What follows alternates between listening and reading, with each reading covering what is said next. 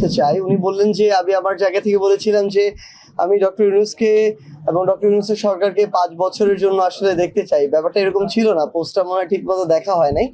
আমার পোস্টটা এরকম ছিল যে আমি প্রফেসর ডক্টর মোহাম্মদ ইউনূসকে বাংলাদেশে একটি নির্বাচিত সরকারে প্রধানমন্ত্রী হিসেবে 5 বছর হিসেবে দেখার একটা আকাঙ্ক্ষা আমার সারা জীবন থাকবে।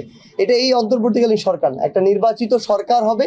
আমি জানি না বাংলাদেশের কোন নির্বাচিত সরকারের ততটা উদারতা থাকবে কিনা যে প্রফেসর ডক্টর মোহাম্মদ ইউনূসের মতো যোগ্যতা সম্পন্ন একজন মানুষকে নিজের কিছুটা ছেড়ে দিয়ে প্রধানমন্ত্রী জায়গায় বসানো। কারণ এই মুহূর্তে আমার মনে হয়েছে ন্যাশনালি গ্লোবালি যোগ্যতা, দক্ষতা, কমিউনিকেশন, লিয়াজু সব দিক থেকে উনার মতো দক্ষ এবং যোগ্য মানুষ এই মুহূর্তে আমার চোখে বাংলাদেশে আর পড়ছে না। এই জন্য এটা আমার একটা প্রত্যাশা, কখনো হবে কিনা আমি জানি না। প্রিয় দর্শক, এতক্ষণ আমাদের সাথে থাকার জন্য ধন্যবাদ। সেই সাথে আমাদের পরবর্তী নিউজটি দেখতে এখন আমাদের চ্যানেলটিকে সাবস্ক্রাইব করুন এবং বেল বাটনে চাপ দিয়ে রাখুন।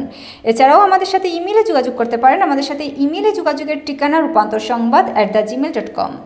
আল্লাহ হাফেজ।